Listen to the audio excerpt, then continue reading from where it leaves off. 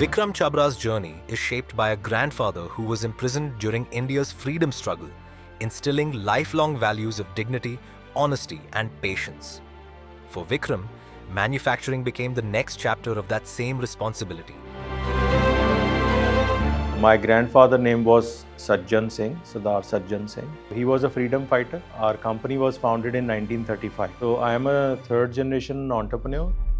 Vikram grew up inside the rhythm of a family business, watching trucks load, listening to work talk at the dinner table.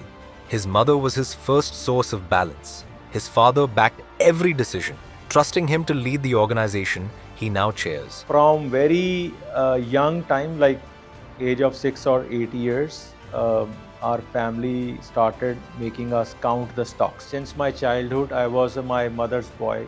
So I had a great support from my mom. Last 30 years, having a cup of coffee every day with her. From captaining Punjab's speed skating team to competing nationally, Vikram learned discipline, endurance, and leadership under pressure. Traits that later drew him from a comfortable trading legacy into manufacturing. I failed for many thousand times. I got very deep knowledge into foundry, metallurgy, metals and everything. So I'm very good at it. In our company now, we are more than 800 people working in our company.